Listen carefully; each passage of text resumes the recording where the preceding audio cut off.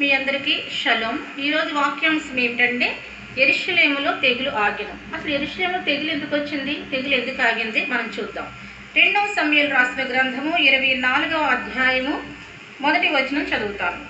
ఇంకొక మారు యెహోవా కోపము ఇశ్రాయేలు మీద రగులుకొనగా ఆయన దావీదును వారి మీదకి ప్రేరేపణ చేసి, నీవు పోయి ఇశ్రాయేలు వారిని యూదా వారిని లెక్కించి అతనికి ఆజ్ఞ ఇచ్చెను.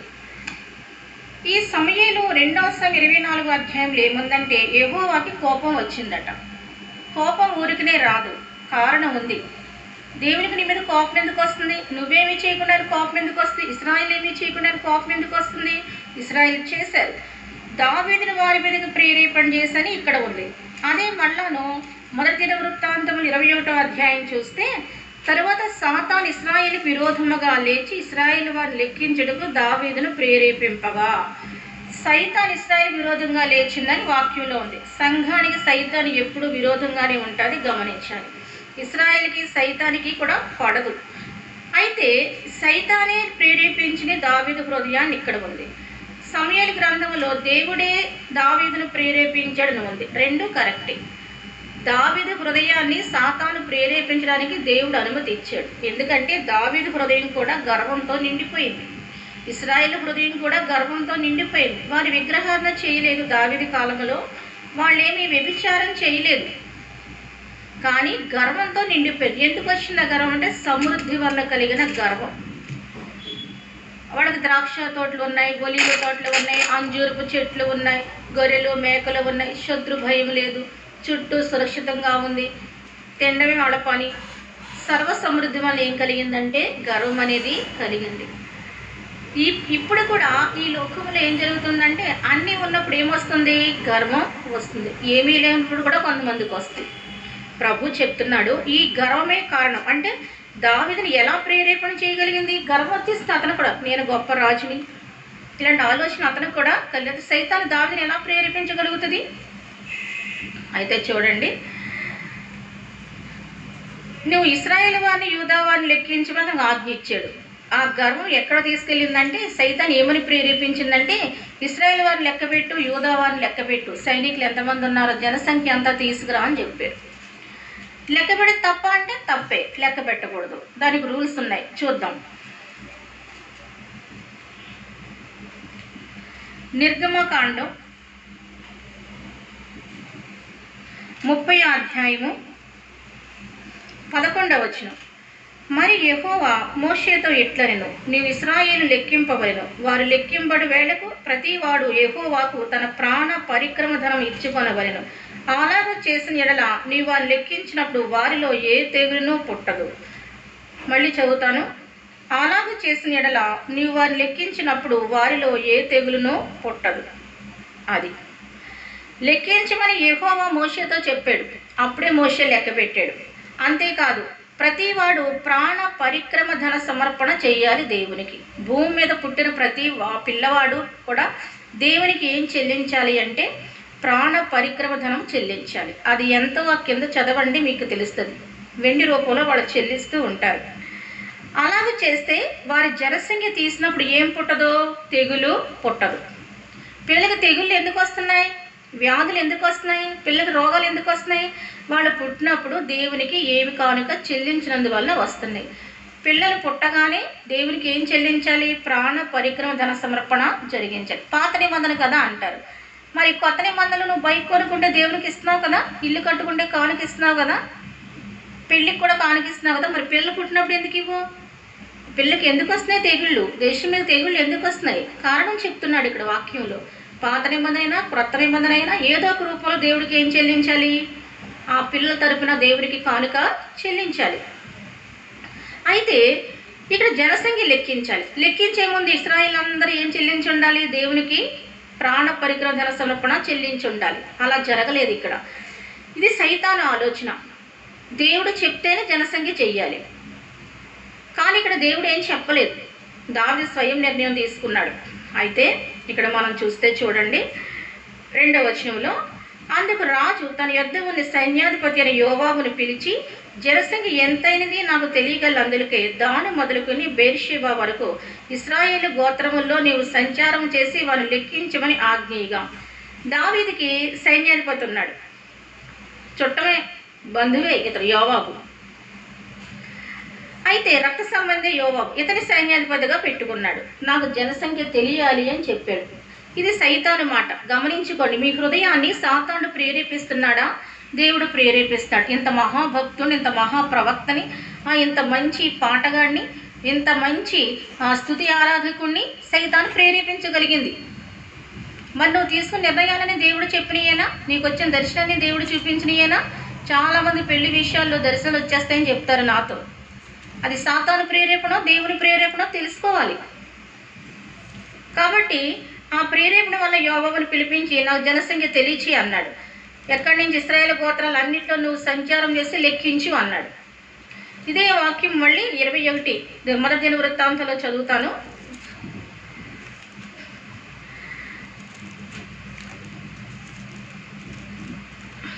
3వ వచనంలో, అందుకు యోవాబు, రాజా,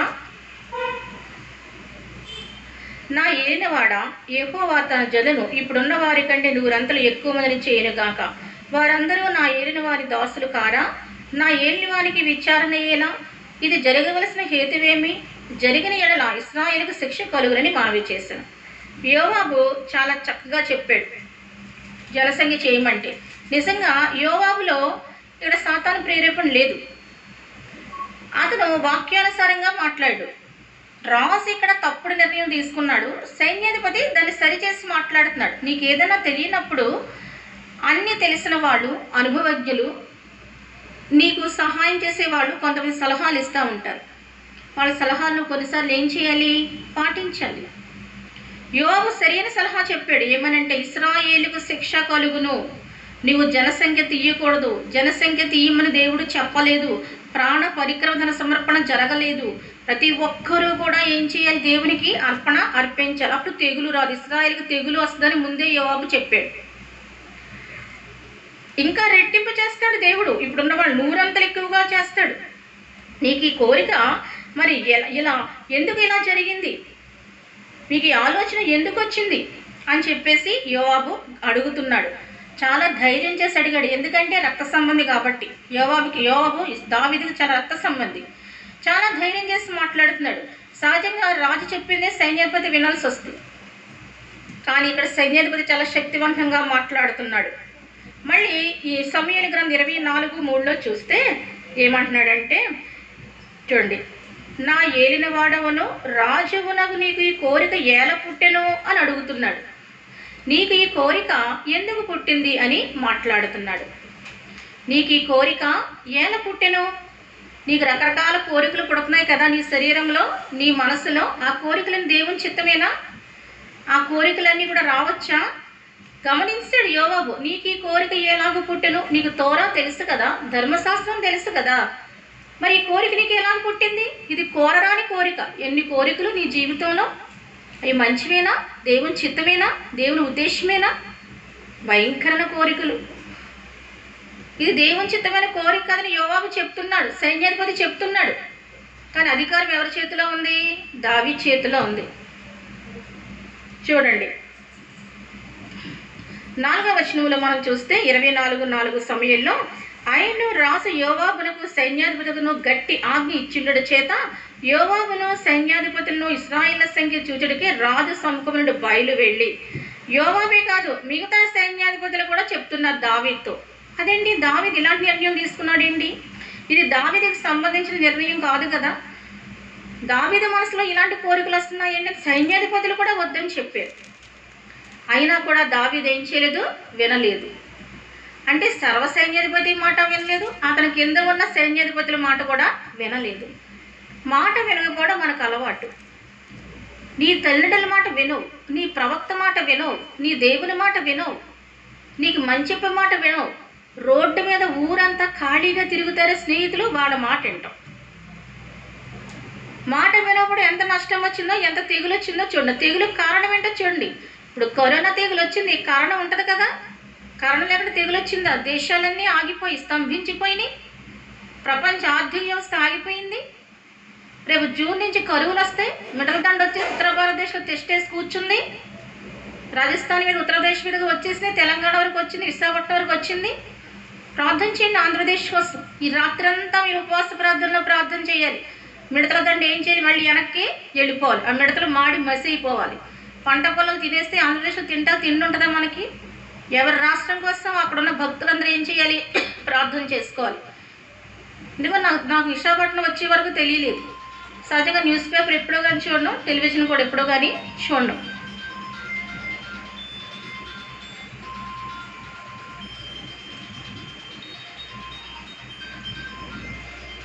కాబట్టి ప్రభు చెప్తున్నాడు, ఏమని చెప్తున్నాడంటే, సర్వశక్తుడైన దేవుడు, అద్భుత కార్యములు జరిగింపచేసే దేవుడు మనతో చెప్పే మాట ఏంటంటే, గట్టి ఆజ్ఞ ఇచ్చాడంట.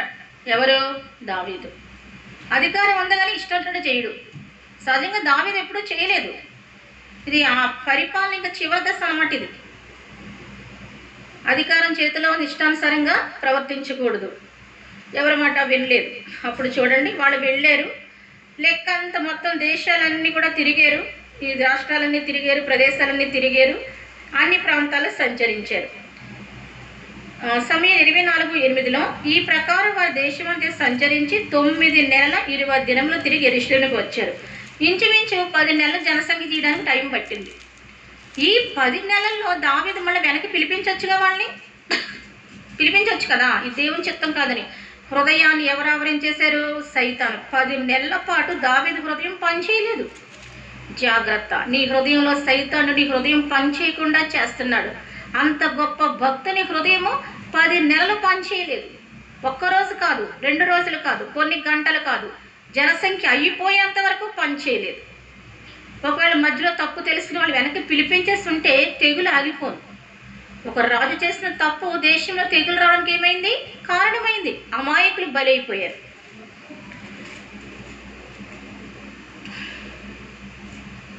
జనసంఖ్య అంతా కూడా మరి రాజుకి అప్పచెప్పుతారు. అప్పచెప్పినప్పుడు యోవాబు పని చేస్తాడు. ఏంటంటే, రాజు మాట యోవాబునకు అసహ్యంగా ఉండేది గనుక అతడు లేవి బెన్యామీను గోత్ర సంబంధులను ఆ సంఖ్యలో చేర్చలేదు. దినవృత్తాంతం 21:7 ఉంది, 6 ఉంది. రాజు మాట ఎవరికి అసహ్యంగా ఉందంట? యోవాబుకి. యోవాబుకి కాదు, దేవునికి కూడా అసహ్యంగా ఉంది. నీ మాటలు దేవునికి అసహ్యంగా ఉన్నాయి. రాజు సైన్యంలో చెప్పిన మాట వినాలి. ముఖ్యమంత్రులు డీజీపీలు చెప్పిన మాట వింటారు. ఎందుకు? వాళ్ళకి పరిపాలన సహాయం చేసి కలెక్టర్లు, ఎస్పీలు, పోలీస్ డిపార్ట్మెంట్ సహాయం చేస్తారు. వాళ్ళ మాట వీళ్ళు వింటారు, కుదురుస్తారు. మిలిటరీ మాట వింటారు, ప్రధానమంత్రి కూడా. ఎందుకు? యుద్ధం చేసేది వాళ్ళు. ఇప్పుడు అసహ్యంగా ఉందంట. ఎవరికి? సైన్యాధిపతికి, యోవాబుకి. నీవు మాట్లాడే మాటలు కూడా, నీ డైలాగ్స్ కూడా దేవునికి అసహ్యంగా ఉందేమో, నీ జీవిత విధానం అసహ్యంగా ఉందేమో, నీ బ్రతుకు అసహ్యంగా ఉందేమో మనం చూసుకోవాలి. అతడు లేవి బెన్యామీను గోత్ర సంబంధులను ఆ సంఖ్యలో చేర్చలేదు. లేవి గోత్రాన్ని లెక్క పెట్టలేదంట, బెన్యామీను గోత్రాన్ని లెక్క పెట్టలేదు. కారణం ఉంది. లేవి గోత్రం ఇశ్రాయేలుకి సంబంధించింది కాదు. చెప్పాలంటే దేవుని గోత్రం. అది దేవునికి సంబంధించిన గోత్రం. దేవుడే వారికి సమస్తము. వారికి భూములు ఏమి ఇవ్వలేదు, పొలాలు ఏమి ఇవ్వలేదు. ఇశ్రాయేలు ఇచ్చే దశంభాగాలు, అర్పణలు అన్నీ వాళ్ళకి ఇచ్చాడు దేవుడు. అంతే. వాళ్ళ పొలంలో పనిచేసిన పని లేదు. లేవీలు దేవుని పని చేయాలి. జంతువుల్ని వధించడం, అర్పణ అర్పించడం, మందసం మరి వాళ్ళ పనులన్నీ. లేవి గోత్రం ఎందుకు చేర్చలేదంటే, ఈ లేవి గోత్రంగా లెక్క పెడితే లేవి గోత్రం మీదకి ఏమొస్తుంది? శాపం వస్తుంది, తెగులు వస్తుంది. అప్పుడు యాజకులందరూ చచ్చిపోతారు. అంటే పాస్టర్లు అందరూ చచ్చిపోతారు, ప్రధాన యాజకులందరూ చచ్చిపోతారు. లేవి గోత్రం అంతా తెగులతో నింపబడిపోతే వాళ్ళ కోసం అర్పణ అర్పించే వాళ్ళు ఎవరు ఉంటారు? తెగులు వచ్చినప్పుడు ఆ మందిరానికి వెళ్ళకూడదు, రోగం వచ్చిన మందిరానికి వీళ్ళు అర్పణ అర్పించకూడదు. లేవి గోత్రం యోవాబు తెలివిగా రక్షించాడు. అంటే పాస్టర్లు అందరికి మీద తెగులు రాకుండా యాజకుల మీదకి ఆ గోత్రాన్ని లెక్క పెట్టలేదు. ఇంకా గోత్రం శాపానికి గురవుదు. తెగులు వచ్చిన లేవి గోత్రం రాదు. మరి బెన్యామీన్ ఎందుకు చేర్చలేదు? బెన్యామీన్ ఆల్రెడీ నశించిపోయిన గోత్రం అది. ఎందుకు? ఒక స్త్రీ విషయంలో వాళ్ళు చాలా పొరపాటు చేశారు. ఒక స్త్రీ పరదేశిగా దేశానికి వస్తే బెన్యామీన్ ప్రాంతానికి అక్కడున్న పోకరీలు అందరూ కలిసి ఇల్లు చుట్టేసి ఒక స్త్రీని రాత్రంతా చెరుపుతూ ఉన్నారని బైబిల్లో చెప్పారు. అది పరలోకం చూసి అసహ్యించుకుంది. దేవుడు అసహ్యించుకుని ఆ గోత్రాన్ని నశింపజేస్తాడు. కొన్ని 100 మందే మిగిలారు. 1,00,000 మంది నుంచి ఎంతమంది మిగిలారు? కొన్ని 100 మంది. వాళ్ళకు కూడా బెన్యామీన్ స్త్రీలు వాళ్ళకి దొరకలేదు. ఎంత కష్టమైంది వాళ్ళకి. మళ్ళీ వేరే గోత్రం చెందిన స్త్రీలను వాళ్ళకి ఇచ్చి ఏం చేస్తారు, అక్కడ వివాహము చేస్తారు. అండ్ ఆల్రెడీ నశించిపోయింది ఏ గోత్రం, బెన్యామీన్ గోత్రం. ఇంకా నశించిపోయిన గోత్రం మళ్ళీ లెక్క పెడితే ఇంకా నశించిపోతే ఇంకా గోత్రం ఉండదు, అక్కడ తెగులు వచ్చేస్తుంది. బైబిల్లో రూల్ ప్రకారం వెళ్తాడు దేవుడు అంతా. కాబట్టి లేవి గోత్రాన్ని, బెన్యామీన్ గోత్రాన్ని యోవాబు ఏం చేయలేదు, లెక్కలో చేర్చలేదు. తెగులు వల్ల నశించిపోతాయని చెప్పి. తర్వాత ఈ కార్యము దేవుని దృష్టికి ప్రతికూలమవట చేత ఆయన ఇశ్రాయేలును బాధ పెట్టెను. దేవుని దృష్టికి ప్రతికూలమైన కార్యం అంటేది, అందుకు ఇశ్రాయేల్ని బాధ పెట్టాడు. తప్పు ఎవరు చేశారు, దావీదు. ఎవరిని బాధ పెట్టాడు దేవుడు, ఇశ్రాయేలీల్ని. కరోనా ఎందుకు వచ్చింది అంటే కరోనా వచ్చిన వాళ్ళందరూ పాపాత్ములా, కరోనా వచ్చిన వాళ్ళందరూ కూడా దుష్టులా? ఆలోచించండి. వాక్య ప్రకారం అధికారి తప్పు చేశాడు, దేశాన్ని ఏలేవాడు తప్పు చేశాడు, ఒక రాజు తప్పు చేశాడు, ప్రధానమంత్రి కావచ్చు, దేశాధ్యక్షులు కావచ్చు, ముఖ్యమంత్రి కావచ్చు, రాజ్యాన్ని పరిపాలన చేసే వ్యక్తి తప్పు చేశాడు. ఇక్కడ ఆ చేసిన తప్పుగా రాజ్యంలో ప్రజలు ఏం పొందుతున్నారు, శిక్ష పొందుతున్నారు. నిర్దోషుల రక్తం చిందిస్తారు, నిరపరాధుల రక్తం చిందిస్తారు, బీదల ముఖాలు నూరుతారు. ఇవన్నీ రాజ్యానికి శాపమని వాక్యం చెప్తుంది. అంటే కరోనాతో చచ్చిపోయి చిన్నపిల్లలు కూడా వస్తుంది. కరోనా అంటే ఎవడేమైనా పాపం చేస్తాడా? అలాగే అందరూ పాపం చేయలేదని కూడా చెప్పలేము. కానీ ఎవరు చేసిన పాపం వచ్చింది, తెగులు రావడానికి కారణం రాజు చేసిన పాపం, అధిపతి చేసిన పాపం. అప్పుడు చూడండి, నీవు దేవునికి ప్రతికూలమైన కార్యాలు చేస్తున్నావేమో గమనించుకో. దేవునికి ఇష్టం లేని కార్యాలు చేస్తే బాధ పెడతాడు. మళ్ళీ నన్ను ఎందుకు బాధ పెట్టాడు దేవుడు అని ప్రశ్నించొద్దు. అయితే చూడండి, సమయంలోకి వస్తాం. 10వ వచనం చూస్తే మనం, జనసంఖ్య చూచినందుకే దావీదు మనసు కొట్టుకొనగా. ఇప్పుడు దావీదు మనసు కొట్టుకోవడం ప్రారంభించింది. మనస్సాక్షి పనిచేయడం ప్రారంభించింది. చచ్చిపోయిన మనస్సాక్షి బ్రతకడం ప్రారంభించింది. అది ప్రశ్నించడం ప్రారంభించింది. 10 నెలలు ప్రశ్నించలేదు మనస్సాక్షి. 10 నెలలు మనస్సాక్షి వాత వేయబడిపోయింది దావీదుకి. 920 రోజుల తర్వాత మనస్సాక్షి పనిచేయడం ప్రారంభించింది.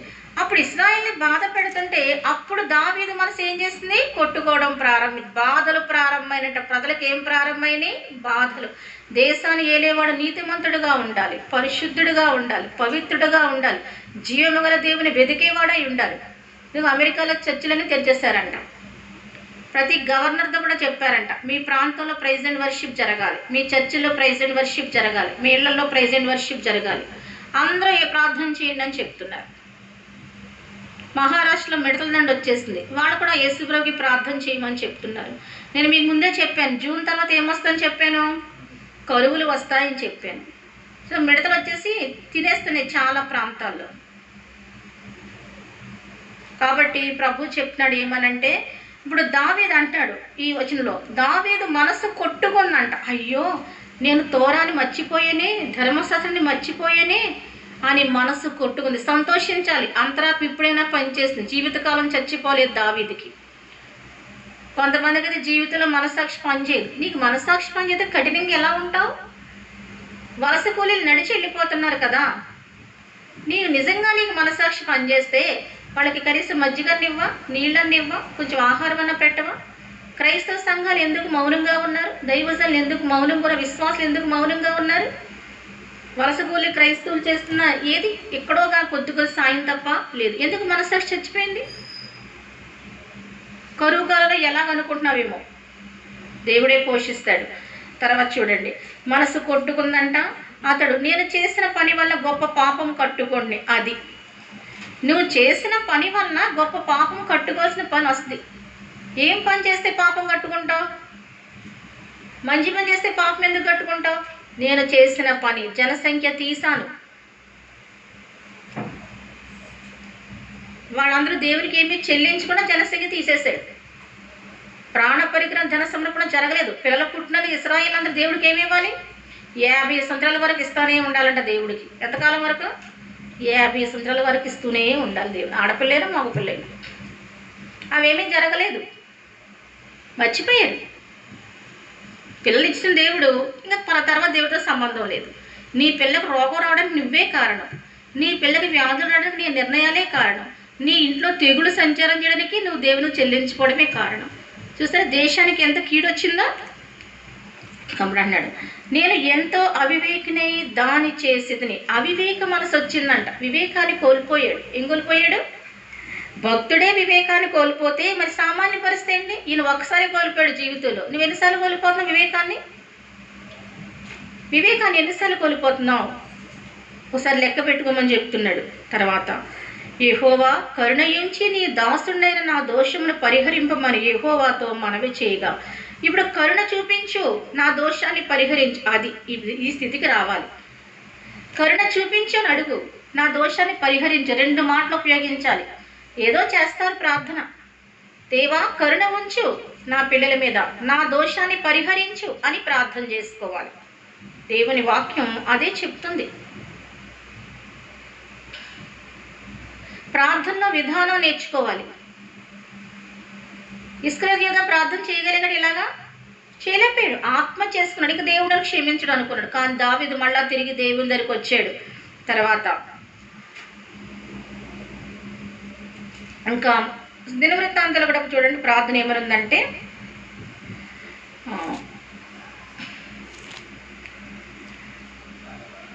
అంటే సమూయేలు గ్రంథంలో చూద్దాం. ఉదయమున దావీదు లేచినప్పుడు దావీదుకు దీర్ఘదర్శికు గాదునకు యెహోవాకు ప్రత్యక్షమై ఈలాగు సెలవిచ్చును. ఈ రాత్రంతా ఈయన ఇలా ప్రార్థన చేశాడు. రాత్రంతా ప్రార్థన ఆలకించాడు. ఉదయాన్ని ఎవరొచ్చారు? దీర్ఘదర్శి అయిన గాదు ప్రవక్త వస్తున్నాడు. ఈ 10 నెలల ప్రవక్త ఈయన గుర్తు రాలేదు. కొన్ని ప్రవక్త కూడా వచ్చి నువ్వు చేస్తాను తప్పు అని రాజుకు చెప్పలేదు. యోవాబు చెప్తే వినలేదు, సైన్యాధిపతి ప్రవక్త చెప్తే కూడా వింటాడా? వినడు కాబట్టి వెళ్ళలేదు ప్రవక్త. దేవుడు అది ప్రవక్త కూడా పంపలేదు. అస్తమానం పంపడం ప్రవక్తని గ్రంథం ఇచ్చాడు కదా. నువ్వు ఈరోజు అబద్ధం ఆడుకు, ఈరోజు దొంగతనం చేయకని చెప్పడం రోజు ప్రవక్త చెప్తాడా నీకు? ఇక్కడ కూడా జరిగింది అదే. ఆ రాత్రంతా ప్రార్థన చేసావా? రాత్రంతా ప్రార్థన, ఉదయానికి జవాబు తెచ్చుకున్నాడు. అది ఉదయానికల్లా ప్రవక్త మాట్లాడేస్తాడు దేవుడు. మాట్లాడేస్తే అప్పుడు ఉదయాన్నే వెళ్ళి మరి దావీదుకు దర్శన గాదు కొన్ని విషయాలు చెప్తాడు, దావీదుతో చెప్తాడు. కరుణ కలిగిన దేవుడు ఇతను వచ్చి 3 విషయాలు చెప్తాడు. ఏమని చెప్తాడంటే సమూయేలులో చూస్తే 12వ వచనంలో, నీవు పోయి దావీదు ఎట్లనము యెహోవా సెలవిచ్చింది ఏమనగా 3 విషయములను నీ ఎదుట నేను పెట్టుచున్నాను. ఏమని చెప్తున్నాడంటే నువ్వు పోయి దావీదుతో ఎట్లనము 3 విషయం నేను పెట్టుచున్నాను, వాటిలో ఒక దాన్ని నువ్వు కోరుకునేట్లా నేను నీ మీదకి రప్పించదు. ఆ చాయిస్ కూడా ఇచ్చాడు దేవుడు. దయగల దేవుడు కదా, కరుణామయుడైన దేవుడు కదా, దోషాన్ని పరిహరించే దేవుడు కదా. 3 విషయాలు ఎదుట పెడుతున్నాను, వాటిలో వాడు కోరుకు అన్నాడు. 3 ఏమన్నా మంచియా? 3 3 చూసారా? 3 రకాల శాపాలు పెట్టి ఒక రకం శాపం కోరుకుంటున్నాడు దేవుడు. చేసిన తప్పుకి శాపం తప్పదు. అయితే చూస్తే ఆ 3 విషయాలు ఏంటంటే చెప్తున్నాడు చూడండి. నీ దేశమందు 7 సంవత్సరములు క్షామం కలుగుటకు ఒప్పుకొందువా? అది 7 సంవత్సరాల కరువు అంట. ఎన్ని సంవత్సరాల కరువు? 7 సంవత్సరాల కరువు అంటే ఎంతమంది చచ్చిపోతారు? అంటే పంటలు పండవు, వర్షం కురియదు, మంచు కురియదు, రైతులు చచ్చిపోతారు, ఆత్మహత్యలు చేసుకుంటారు, పురుగులు వస్తాయి, మిడతలు వస్తాయి. 7 సంవత్సరాల కరువు ఒప్పుకుంటావా? జనసంఖ్య చూసేందుకు ఇచ్చిన పనిష్మెంట్ ఇది. 7 సంవత్సరాల కరువు, ప్రజలందరూ ఏమైపోతారు? నశించిపోతారు. రాజ్యం ఏమైపోద్ది? క్షీణించిపోద్ది. ఆహారం కోసం ఎవరి మీద ఆధారపడి వస్తాయి? పక్క రాజ్యాల మీద. వీడు ఇలా బలహీనంగా ఉంటాడు, ఊరుకుంటారా? తిండి కోసం అమ్మేసుకుంటారు, పిల్లలు కూడా దోసలైపోతారు, బానిసలు అయిపోతారు. అది చాలా బాధాకరం. తర్వాత అంటున్నాడు, నిన్ను తరుముచున్న నీ శత్రులేట నిలువలేక నీవు 3 నెలలు పారిపోటుకు ఒప్పుకొందువా? రెండోది ఏంటి? 3 నెలలు పారిపోవడం ఒప్పుకుంటావా? 3 నెలలు రాజ్యంలో లేకపోతే రాజ్యం ఏమైపోద్ది? అల్లకల్లోలం అయిపోద్ది. దావీదుకి ప్రొటెక్షన్ ఉంటుంది. దావీదు చుట్టూ సైన్యాధిపతులు ఉంటారు, దావీదు బ్రతుకుతాడు, దావీదు కుటుంబం, దావీదు భార్య, దావీదు పిల్లలు బాగానే ఉంటారు. మరి రాజ్యం పరిస్థితి, రాజు లేని రాజ్యం ఎలా ఉంటుంది? రాజు పారిపోయాడంటే ఎంత అవమానంగా ఉంటుంది. దావీదు వంటి రాజు పారిపోయాడా? నీ శత్రువు నిన్ను అప్పచెప్పుతానని చెప్పాడు దేవుడు. శత్రువులకు అప్పచెప్పే పరిస్థితి ఎందుకు వచ్చింది? శత్రువుల్ని జయించిన వాడు దావీదు. ఒక చిన్న పొరపాటు, తన పరిపాలన చివరి దశ చేసిన చిన్న పొరపాటు, అది ఎంత శిక్ష వచ్చిందో చూసారా? అది రాజు చేసిన పొరపాటు, ప్రజలు చేసిన పొరపాటు కాదు. ఈరోజు కరువులు వస్తున్నాయంటే, వ్యాధులు వస్తున్నాయంటే, తెగుళ్ళు వస్తున్నాయంటే అది రాజ్యాన్ని ఏలిన వాళ్ళు చేసిన పొరపాట్లు, గతంలో ఏలిన వాళ్ళు చేసిన పొరపాట్లు కావచ్చు, పూర్వకాలంలో ఏలిన వారు చేసిన పాపాలు కావచ్చు. రాజ్యం సుభిక్షంగా లేదు. ఇంకోటి చెప్పాడు, నీ దేశం అందు 3 దినములు తెగులు రేకుడు ఒప్పుకొందువా? అది 3 దినాలు తెగులు రేగడానికి ఒప్పుకుంటావా అని అడిగాడు. నీకు క్షామం కావాలా? పారిపోవడం కావాలా? లేకపోతే 3 దినాలు తెగులు, వ్యాధి. అది ఎలాంటి తెగులు అంటే కరోనా కంటే స్పీడు. కరోనా వచ్చినాడు 14 రోజులు క్వారంటైన్లో పెడితే 10 బయటకు వస్తున్నాడు. దీనికి అది లేదు, క్వారంటైన్ లేదు, ఐసోలేషన్ లేదు, ముఖానికి మాస్క్ కట్టుకుని క్రీమ్ ఆగదు. ఏషియాలో వచ్చిన తెగులు అలాంటిది, చాలా భయంకరమైన తెగులు, చాలా బీభత్సమైన తెగులు. దేవుని వాక్యం చెప్తుంది. అప్పుడు దావీదు అంటాడు, చూడండి, గాద్ అంటాడు. అందుకు దావీదు అప్పుడు గాద్ అంటాడు, యోచన చేసి నన్ను పంపిన వానికి నేను ఇయ్యవలసిన ఉత్తరము నిశ్చయించి తెలియచెప్పుమనెను. యోచన చెయ్యి అంటున్నాడు. నన్ను పంపిన వాడిని నేను చెప్పాలి, ఉత్తరము ఇవ్వాలి. అది నాకు ఈ 3 విషయాలు దేవుడు చెప్పి నీ దగ్గరికి పంపించాడు. నువ్వు నాకేం చేయాలి? యోచన చేసి ఉత్తరం ఇయ్యి. నువ్వే కోరుకో, నువ్వేం కోరుకుంటావో కోరుకో. ఓ దాంట్లో రాయి, ఓ దాంట్లో ఇసుక, ఓ దాంట్లో మట్టి.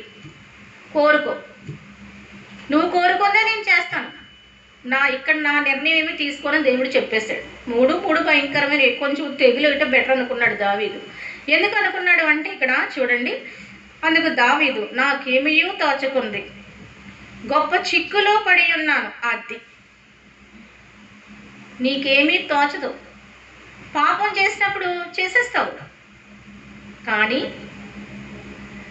ఈ శిక్ష వచ్చినప్పుడు ఏమీ తోచదు. ఇప్పుడు కరోనా వచ్చిన ఏమైనా తోస్తుందా? ప్రపంచాలకి, దేశాలకి, అధికారులకి, న్యాయకులకి, అగ్రరాజ్యాలకి ఏమైనా తోస్తుందా? నాకేమీయో తోచకుంది. ఎవరన్నా ప్రజలు రక్షించగలుగుతున్నారా? కరోనా క్రిమి ఆగిందా? దాన్ని బంధించగలుగుతున్నారా? దానికి వ్యాక్సిన్ దొరికిందా? అది ప్రజలకు చేరిందా? చూడండి, ప్రభు చెప్తున్నాడు ఏమనంటే, గొప్ప చిక్కులలో ఉన్నాను. ఎస్, పాపం చేసినప్పుడు ముళ్ళ కంపల్లో పడిపోతాం, చిక్కుల్లో పడిపోతాం. అబ్షాలోము తల చిక్కుల్లో పడిపోయింది, మస్తకి వృక్ష కొమ్మల చిక్కుల్లో పడిపోయింది. నీ పాపం నేను చిక్కుల్లో పడేస్తుంది. అది నువ్వు పాపం చేయకపోతే చిక్కుల్లో పడవు. పాపం చేస్తే ఎందులో పడిపోతావు? చిక్కుల్లో పడిపోతావు. దావీదు అంటున్నాడు, నేను చిక్కుల్లో పడిపోయాను అని చెప్పి మనుష్యుని చేతిలో పడకుండా యెహోవా చేతిలోనే పడుదును గాక అని గాలుతున్నాడు. యెహోవా బహువాత్సల్యత గలవాడు గనుక నేను మనుషుల చేతిలో పడను, యెహోవా చేతిలో పడతానన్నాడు. మనుషుల చేతిలో పడితే రక్తం పిండేస్తాడు, దేవుని చేతిలో పడితే ఆయన వాత్సల్యత గలవాడు గనుక దయ చూపుతాడు. అది దావీదు కోరుకున్నది. కరువు రావాలి అంటే దేశం నశించిపోద్ది. ఇక్కడ శత్రుల చేతిలో పడితే కుటుంబాలు ఎవరెవరు నశించుకోవడానికి అవకాశం ఉంది, ప్రజలు కూడా, సైన్యం కూడా. నేను యెహోవా చేతిలోనే పడతాను, ఆయన వాత్సల్యత గలవాడు. అది గమనించండి. ఓకే, పాపం చేసావు, శిక్ష వస్తుంది, అప్పుడైనా ప్రార్థన చెయ్యి, అప్పుడైనా దోషాన్ని పరిహరించుకో, అప్పుడైనా తగ్గించుకో, అప్పుడైనా దేవుని దగ్గర ఒప్పుకో పాపాలు. దావీదు చేస్తుంది అదే, ఒప్పుకుని విడిచిపెట్టుకున్నాడు తన పాపాల్ని. దేవుని చేతిలో పడితేనే బెటర్ అనుకున్నాడు దావీదు. తెగులుకు ఒప్పుకున్నాడు. చివరికి దేనికి ఒప్పుకున్నాడు? అందుకు యెహోవా ఇశ్రాయేలు మీదకి తెగులు రప్పించగా, అందుకు యెహోవా ఇశ్రాయేలు దేవుడు రప్పించాడంట, తెగులు రప్పించగా. ఇప్పుడు ప్రపంచం మీదకి తెగులు వచ్చిందా లేదా? ఈ దేశం అని లేదు, ఆ దేశం అని లేదు. మహారాష్ట్రలో కేసులు ఎక్కువైపోయినాయా లేదా? అమెరికాలో కేసులు ఎక్కువైపోయింది. ఇటలీ, స్పెయిన్, ఈ దేశమని ఆ దేశమని లేదు, అన్ని దేశాలు ఏమైపోయినాయి, కేసులు ఎక్కువైపోయినాయి, రాష్ట్రాల కేసులు పెరిగిపోతున్నాయి. అది యెహోవా రప్పించిన తెగులంట. ఎందుకు వచ్చినో తెలీదు, ఎవరు పంపించారో తెలీదు, ఎక్కడో తెలీదు. క్రిమి బయలుదేరిపోయింది, భయంకరమైన క్రిమి అది. ఈ కరోనా కంటే ఎయిడ్స్ వచ్చినప్పుడు కూడా చాలా కాలం బతుకుతాడు, క్యాన్సర్ వచ్చినప్పుడు కూడా చాలా కాలం బతుకుతాడు. కానీ ఈ యెహోవా పంపిన తెగులు వచ్చినాడు మాత్రం ఎక్కువ కాలం బ్రతకడు. చాలా మోస్ట్ డేంజరస్ డిసీజ్ వచ్చింది ఆ రోజు. వచ్చిన తర్వాత ఏమైందంటే ఆ దినం ఉదయం మొదలుకొని సమాజ కూటం వేళ వరకు అది జరుగుచుండు. మొదలు పెట్టేసిందంటే 24 గంటలు అయిపోయింది. ఉదయం నుంచి అంటే 6 గంటల నుంచి, సూర్యోదయం నుంచి. సమాజ కూటం అంటే 3, 4, 5, 6 టైం వరకు 3 గంటలు సమాజ కూటం 4, 5, 6 వరకు వచ్చేసింది, తెగులు వచ్చేసింది. అంటే 12 గంటలు ఉదయం నుంచి సమాజ కూటపు వేళ అంటే 3, 6 మధ్య జరిగిపోయింది. అయితే ఇక్కడ మన వాక్యంలో చూస్తే తెగులు మొదలెట్టి 12 గంటలు అయింది, అంతే కదా. సమాజ కూటపు వేళ అంటే అంతే, ఇంకా 3 రోజులు అవ్వలేదు. ఈలాగా దాని నుంచి బెయిర్షెబా వరకు 70,000 మంది మృతి పొందారని వాక్యంలో ఉంది. 12 గంటల్లో 70,000 మంది మృతి పొందడం కరోనా వచ్చినా కూడా జరగలేదు, ప్లేగ్ వచ్చినా కూడా జరగలేదు. అంత విధ్వంసం సృష్టించింది ఆ క్రిమి. ఏ క్రిమి వచ్చినా ఎవరికి తెలియదు, అది ఏ వైరస్తో ఎవరికి తెలియదు. అది ఉదయం నుంచి సాయంకాలం లోపు 70,000 మంది చంపేసింది. అంటే తెగులు ఎంత స్పీడ్గా వెళ్ళిందో మీరు ఆలోచించండి. అంటే లేవి గోత్రాన్ని ముట్టుకోలేదు, బెంజమిన్ గోత్రాన్ని ముట్టుకోలేదు, మిగతా గోత్రాలన్నిటి మీద తెగులు ఏం చేసింది, దాడి స్పాట్లో చచ్చిపోతుంది. చూడండి, మృతి నొందిరి హాస్పిటల్ అయ్యారా లేదు, అక్కడ సెలైన్ పెడుతున్నారు, డాక్టర్ వచ్చాడు, పసలు రాశాడు, అంజూరు ముద్దేశాడు, ఏమీ లేవు, ఛాన్స్ లేదు. ఇంకా తప్పని ఇంటి కూడా చనిపోతున్నారు అంతే. పొలంలో చనిపోయాడు, గుర్రం మీద చనిపోయాడు. సైన్యాధికారులు అక్కడే చచ్చిపోతున్నారు. ప్రతి గోత్రంలో మరణాలు ఉన్నాయి. మృదంగం అంటారు దాన్ని. 70,000 మంది 12 గంటల్లో చనిపోయారంటే ఎంత హై స్పీడ్గా డిసీజ్ స్ప్రెడ్ అయింది మీరు ఆలోచించండి. కంటామినేటెడ్ డిసీజ్ అంటారు. కలరా వచ్చినా కూడా అంతమంది చచ్చిపోరు 12 గంటల్లో. 12 గంటలు ఇంత మృత. అలా అయితే ప్రజలు ఎవరైనా ఉంటారండి? ఇప్పుడు కరోనా వచ్చి 70,000 మంది 12 గంటల్లో చచ్చిపోతే ఎవరైనా ఉంటారా? అంటే అది ఎంత ప్రమాదకరమైన వైరస్తో క్రిమో మీరు ఆలోచించండి. కూర్చోడే చచ్చిపోతున్నాడు, తింటున్నాడే చచ్చిపోతున్నాడు, డైనింగ్ దగ్గర చచ్చిపోతున్నారు, వంటగదికి వెళ్ళిన ఆడవాళ్ళు చచ్చిపోతున్నారు, పొలంలో పనిచేసేవాడు చచ్చిపోతున్నారు, నీళ్లు మోసేవాడు చచ్చిపోతున్నాడు, ద్రాక్ష చెట్టు కూర్చున్నాడే చచ్చిపోతున్నాడు, ఒలివ చెట్టు అక్కడే చచ్చిపోతున్నాడు, చెట్టు మీద చచ్చిపోతున్నాడు. ఎందుకు చచ్చిపోతున్నాడు ఎవరికి అర్థం కావట్లేదు. ఎందుకు చచ్చిపోతున్నాడో ఎవరికి అర్థం కాలేదు. ప్రజలకు తెలుసా ఈ విషయం?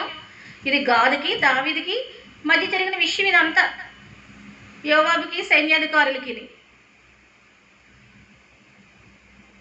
ప్రజలు ఏం చేస్తారు? జనసంఖ్య లెక్క పెట్టించుకున్నారు అంతే. కాబట్టి 70,000 మంది చచ్చిపోయారంట. చనిపోయినప్పుడు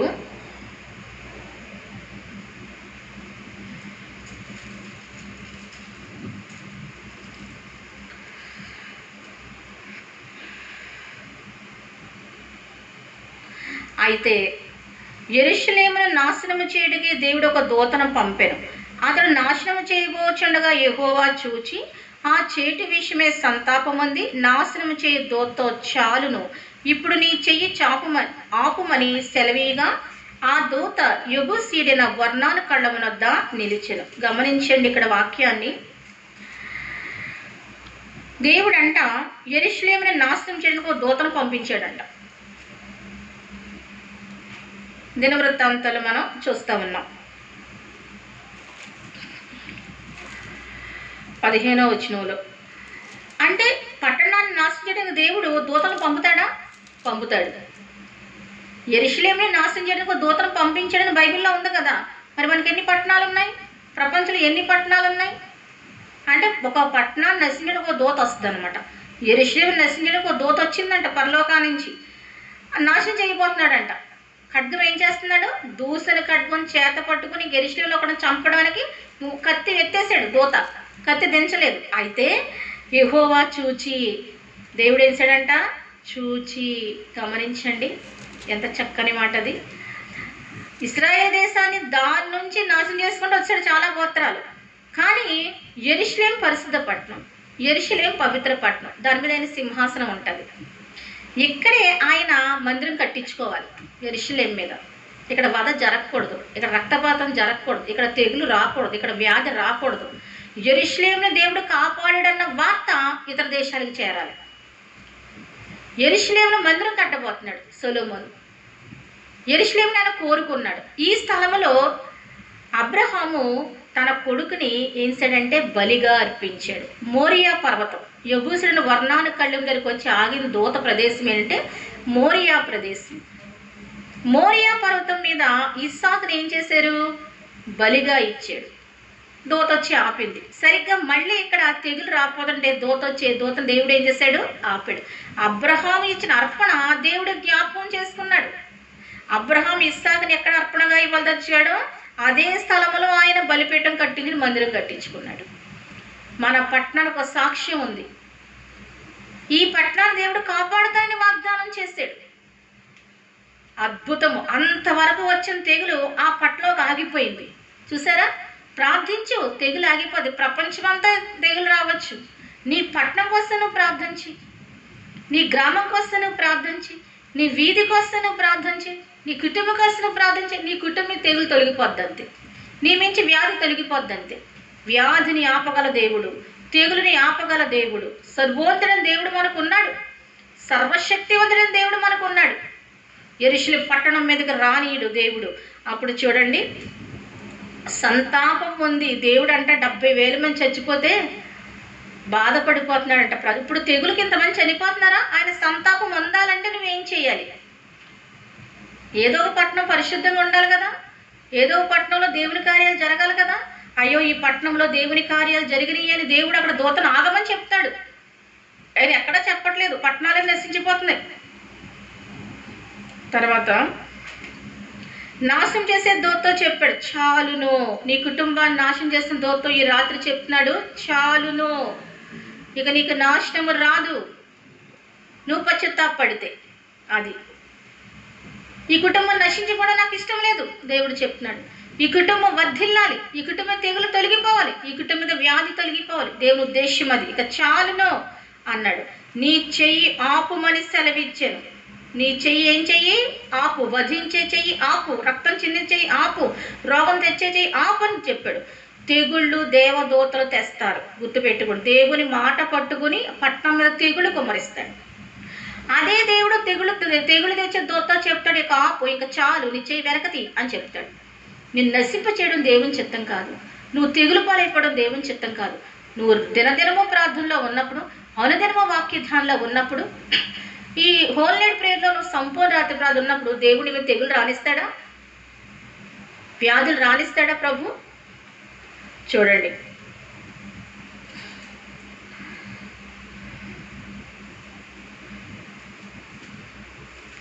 అయితే ఎక్కడికి వచ్చి ఆగింది ఇప్పుడు?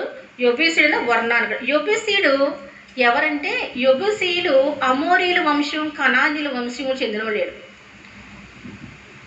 ఇతను ఒర్నాన్ అనే మాటకు అర్థం ఏంటంటే, ఒర్నాన్ అనే మాటకు అర్థం ఏంటంటే, తెలుగులో వర్ణాన్ అన్నారు, మన ఇంగ్లీష్లో వేస్తే అరోనా అంటారు. అరుణ అనే మాట ఉందే, అరుణ అంటారు. అరుణ, అరౌన, ఈ మాట అక్కడదే. అరుణ, అరౌన, అరుణ, ఏ మాట ఒకటే డిఫరెన్స్, అరుణ, అరౌన. అయితే ఇతను కనానీయుల సంతానం చెందినవాడు. ఒర్నాన్ అనేది పేరు కాదు, కింగ్ అని అర్థం, లార్డ్ అని అర్థం, ప్రభువు అని అర్థం అతని మాటకి. అతను అప్పటికే ఆ ప్రదేశానికి రాజు. ఆ మోరియా పర్వతానికి రాజు ఎవరంటే ఇతనే పరిపాలన చేస్తున్నాడు ఆ ప్రదేశాన్ని. ఇది అతని చేతుల్లో ఉంది. అమోరీలు వాడు. ఈ అమోరీలు ఏం చేస్తారు అంటే, మరి ఈ అమోరీల జీవిత విధానం మనం చూసినట్లయితే, అమోరీల బ్రతుకు చూస్తే ఎత్తైన వారు, బలమైన వారు వీడు. ఇలాంటి ఎత్తైన వారు, బలమైన వారు, అంతేకాదు శక్తిమంతులు. వీళ్ళు ఇంకా ఏంటి? శక్తిమంతులు, చాలా ఎత్తైన వాడు. ఈ ప్రాంతాన్ని తను పరిపాలన చేస్తున్నాడు.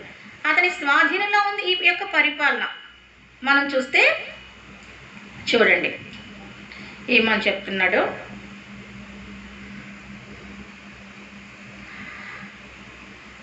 అప్పుడు దావీదు కన్నులెత్తి చూడగా భూమి ఆకాశుల మధ్య నిలుచుచు వరదీసిన కత్తి చేత పట్టుకుని దాని యెరూషలేము చాపిన యెహోవా దూత కనబడెను. అది దావీదు కన్నులెత్తి చూస్తే ఏం కనిపించిందంట? భూమి ఆకాశాల మధ్య నిలిచిందంట దేవదూత, నిలిచున్నాడు. వరదీసిన కత్తి చేత పట్టుకొని దాని యెరూషలేము మీద చాపిన యెహోవా దూత కనబడు. భూమి ఆకాశాల మధ్య ఉన్నాడంట దేవదూత. పాదాలు భూమి మీద ఉన్నాయి, తల ఎక్కడుంది? ఆకాశంలో ఉంది. అంత దీర్ఘదేహులు అంట దూతలు, అంత ఎత్తైన శరీరం కలిగిన వారంట దేవదూతలు.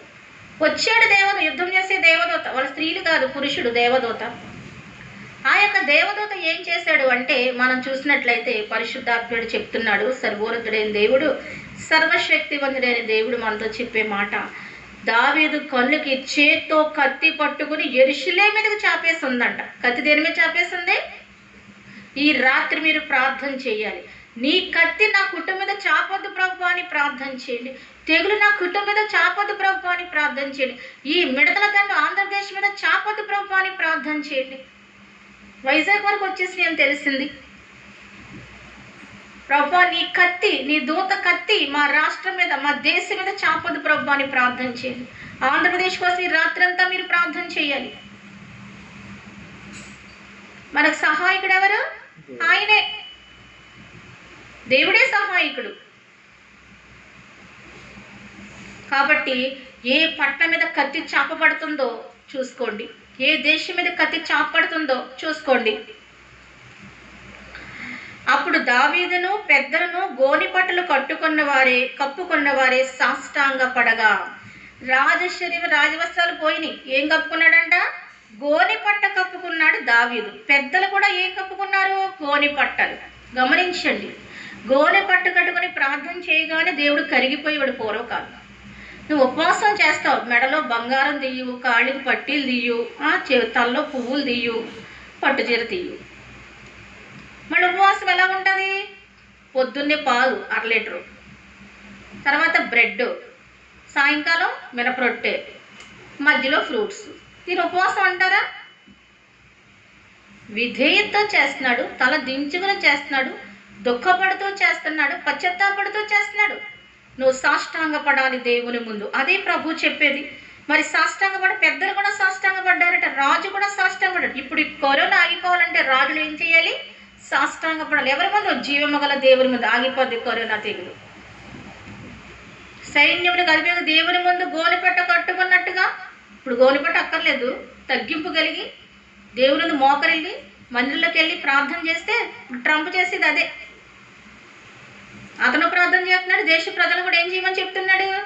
ప్రార్థన చేయమని చెప్తున్నాడు. కాబట్టి నువ్వు సాష్టాంగపడ్డావా అన్నట్టు దావీదు ఒప్పుకుంటున్నాడు. జనులను ఎంచుమని ఆజ్ఞ ఇచ్చిన వాడను నేనే కదా, పాపము చేసి చెడుతనము జరిగించిన వాడను నేనే కదా, గొర్రెల వంటి వాడను వీరేమి చేసిరి అడుగుతున్నాడు.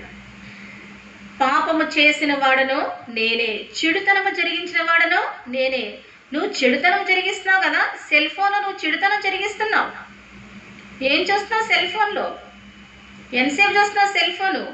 నువ్వు సెల్ ఫోన్ చూసావంటే నీ మనస్సాక్షి చచ్చిపోద్ది. బైబిల్ చెప్తుంది, నీ మనస్సాక్షి పని చేయదు, నీ మనస్సాక్షి మీద వాత పడిపోద్ది. కొద్దిసేపు, ఏదో కొద్దిసేపు అవసరమైన చూసుకోవడం అంతే. ఎన్ని గంటలు చూస్తావు? ఎంతసేపు చూస్తావు? సెల్ ఫోన్ ఎక్కువ చూసాడు ఇంట్లో ఉండే దరిద్రం. గమనించుకోండి, వాడికి ఏ పని చేయలేడు. వాడు ఎవరి స్వాధీనంలోకి వెళ్ళిపోయాడు? సాతాను బంధకాల్లోకి. చదవలేడు, మంచి మార్క్స్ రావు. అస్తమాన సెల్ ఫోన్ చేసాడు, కలెక్టర్లాగా అవుతాడు, డాక్టర్లాగా అవుతాడు. ఏమవుతాడు? రోడ్ల మీద తిరిగేవాడు అవుతాడు. ఉద్యోగం రాదు, చదువు రాదు. కాబట్టి ప్రభు చెప్తున్నాడు, ఏమని చెప్తున్నాడంటే, నువ్వు చెడుతనము జరిగిస్తున్నావు కదా, చూపులతో చెడుతనం, మాటలతో చెడుతనం, హృదయంతో చెడుతనం, తలంపులతో చెడుతనం, నీలో బోళ్ళు చెడుతనం ఉంది. అదే చెప్తున్నాడు, ఒప్పుకుంటున్నాడు. తన చెడుతనాన్ని ఒప్పుకోవాలి ఎవరైనా సరే, చెడుతనాన్ని. గొర్రెలు వంటి వాడిని వీరేమి చేసిరి? ప్రజలు గొర్రెలు అని చెప్పాడు దావీదు. ప్రజలు ఎలాంటి వాళ్ళంట? గొర్రెల వంటి వారు.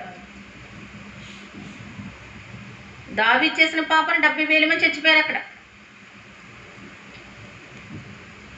ఇప్పుడు లక్షల మంది చచ్చిపోతున్నారు. ఎవరు చేసిన పాపాలు ఇవన్నీ? ఎందుకు వస్తున్నాయి ఇవన్నీ? చెడుతనం చేసిన రాజులు, పాపము చేసిన అధికారులు, దుర్మార్గంగా ప్రవర్తించిన మంత్రులు, రక్తపాతం సృష్టించిన దేశాధ్యక్షులు, కనికరము లేని ప్రధానమంత్రులు, ప్రపంచవ్యాప్తంగా వీళ్ళే కారణం. వీళ్ళందరూ పాపాలు ఉప్పుని విడిచిపెట్టుకుంటే ఇవన్నీ ఏమైపోతాయి? తొలగిపోతాయి. తర్వాత చూడండి ఏమని చెప్తున్నాడు. నా దేవుడైన యెహోవా బాధ పెట్టి నీ చెయ్యి నీ జనుల మీద ఉండకుండా నా మీదను నా తండ్రి ఇంటి వారి మీదను ఉండనిమ్మని దేవునితో మనవి చేశాను. అది బాధ పెట్టు నీ చెయ్యి. దేవుని చెయ్యి ఎలా మారిపోయింది? బాధ పెట్టే చెయ్యిగా మారిపోయింది. సహాయం చేసే చెయ్యి ఎలా మారిపోయింది?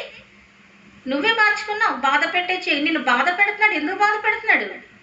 సహాయం చేసి బాధ పెట్టే చెయ్యి ఎందుకు మారిపోయింది? నీ ప్రవర్తన కారణమని ప్రభు చెప్తున్నాడు.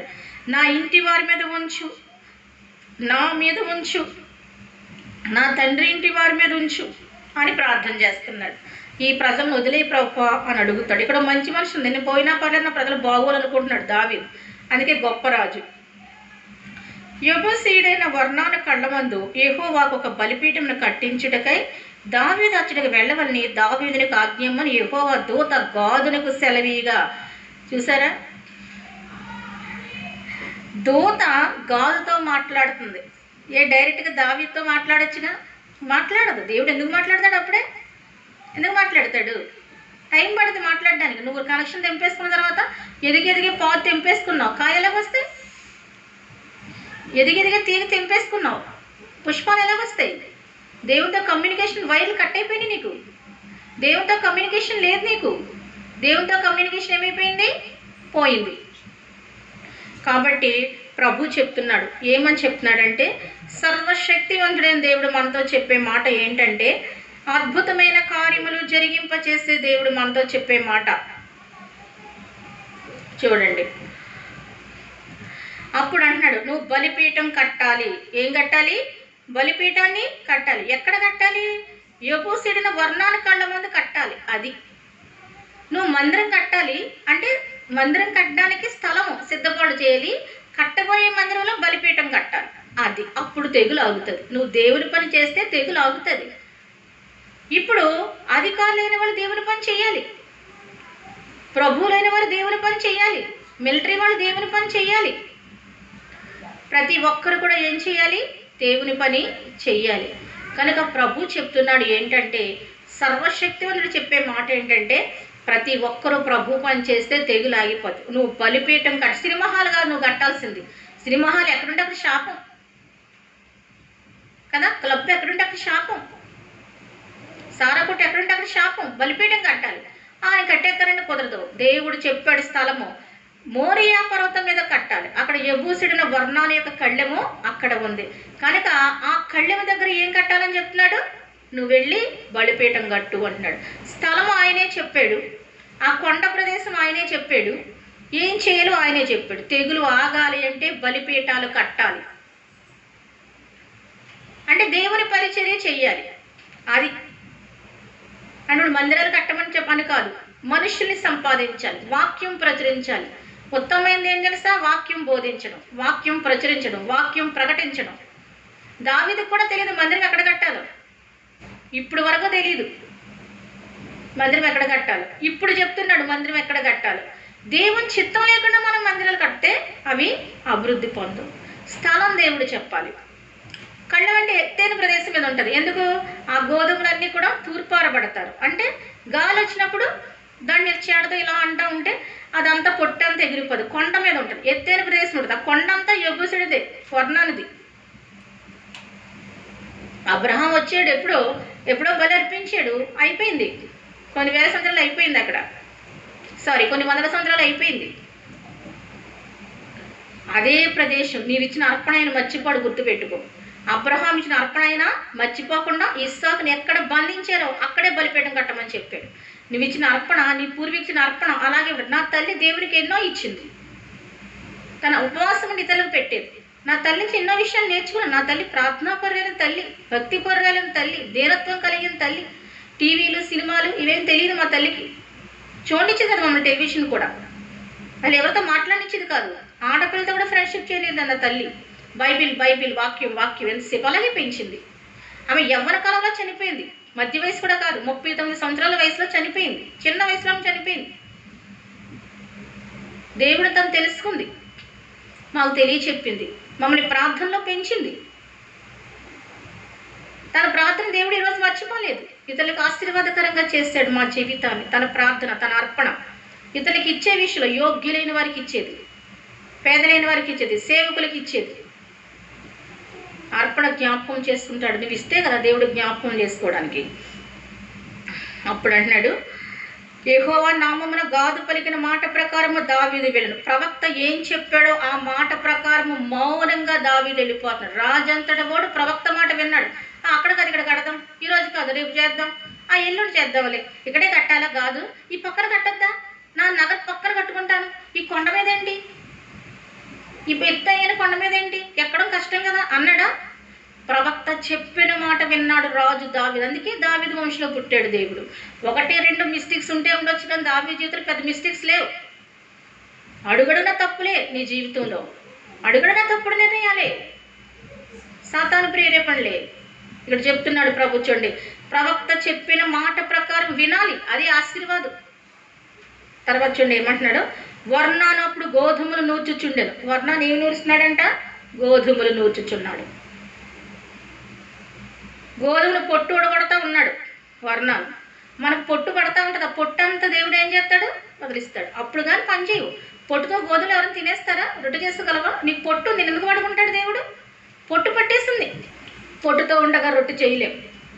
అలాగే నీలో పాపమని పొట్టు ఉండగా దేవుడు నీకేమీ వాడుకోడు. నీ తలాంతులు కూడా అలాగే ఉంటాయి, పొట్టు వదలాలి. తర్వాత అతడు వెనుకకు తిరిగి దూతను చూచినప్పుడు అతనితో కూడా అతని 9 కుమారులు దాక్కున్నారు. వెనక చూశాడంట, దూతను చూసి అతను 9 కొడుకులంట, 9 దాక్కున్నారంట. దూతను చూస్తే భయమేదా? భయమేదా దూతను చూస్తే? మన రాత్రి దర్శనం, నేను నేల మీద కదా, అక్కడే కదా పడుకుంటాను కింద. ఒక ఆడసింహం తిరుగుతుంది అంటే అర్థం ఏంటి? ఆడసింహం వేటాడుద్ది. దానికి అర్థం ఏంటి తెలుసా? ఆడసింహం అంటే దేవుడు సింహంలాగా, ఆడసింహంలాగా ధైర్యం, ఆడసింహంలాగా శక్తి, ఆడసింహంలా బలం, ఆడసింహం వేటాడినట్టు ఆత్మల్ని వేటాడడం, అవన్నీ ఇస్తానని అర్థం. మన దర్శనం వచ్చింది, మధ్యాహ్నం విషయం జరిగిపోయింది. ఇక అది చెప్పకూడదు, నేను చెప్పను. ఇంకా అది శత్రు సంహారం చేయడానికి వచ్చింది. అది ఆడసింహం తెలుసా? దేవుని సేవను చెప్తా ఉంటే అడ్డంకాలు కలిగినాయి, నాకు ఆటంకాలు కలిగించారు. అతి భయంకరమైన ప్రయత్నాలు చేశారు, క్రూరమైన ప్రయత్నాలు. దేవుడు తప్పించి విడిపించి వాడుకున్నాడు. ఇక్కడ కనిపించింది ఏంటా అని అనుకున్నాను, అది శత్రు సంహారం చేయడానికి వెళ్ళిపోయింది, చేసేసింది. వాక్యం అయిపోయింది, చెప్తాను మీకు. అయితే పరిశుద్ధాత్మ దేవుడు చూడండి ఏమని చెప్తున్నాడు. దావీదు వర్ణాన్ని వద్దకు వచ్చినప్పుడు వర్ణాను దావీదును చూచి కళ్ళముల నుండి వెలుపులికి వచ్చి తల నేల మట్టుకు వంచి దావీదుకు నమస్కారం చేశారు. వర్ణాను కూడా రాజే, కానీ దావీదుకి నేల మట్టుకు తల వంచి ఏం చేశాడు? నమస్కారం చేశాడు. మనం అధికారిని గౌరవించాలి. మన మీద అధికారులు మనం ఏం చేయాలి? వాళ్ళు ఏ పార్టీకి చెందినా సరే మనం గౌరవించాల్సిందే. వాళ్ళు అధికారులు కదా, అధికారం దేవుడు ఇచ్చాడు కదా.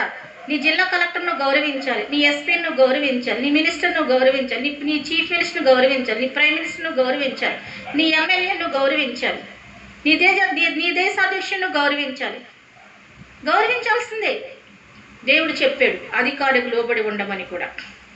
ఈ తెగులు జనులు విడిచిపోవునట్లుగా ఈ కళ్ళకు ప్రదేశమందు నేను యెహోవాకు ఒక బలిపీఠం కట్టించుటకే దాని నాకు తగిన క్రయమునికిమ్మని దావీదు వర్ణాను తనగా. నేను కబ్జా చేస్తాను ఈ స్థలం అంతా అనలేదు. కబ్జా చేస్తే దేవుడు రాడు అక్కడికి. నువ్వు కబ్జా చేసే స్థలంలో మందిరం కడతావా? పొలం కబ్జా చేస్తావు, స్థలాలు కబ్జా చేస్తావు, విధరాడీలు కబ్జా చేస్తావు, భూములు కబ్జా చేస్తావు, కబ్జా చేసి మందిరం కూడా కట్టేస్తావు. అందులో దెయ్యం వచ్చి కూర్చుంటుంది. నువ్వు మందిరం కట్టగానే ఎవరు వస్తారు కబ్జా స్థలంలోకి? దావీదు కబ్జా చేయొచ్చు, గెంటేచి మెడపెట్టి వర్ణాన్ని.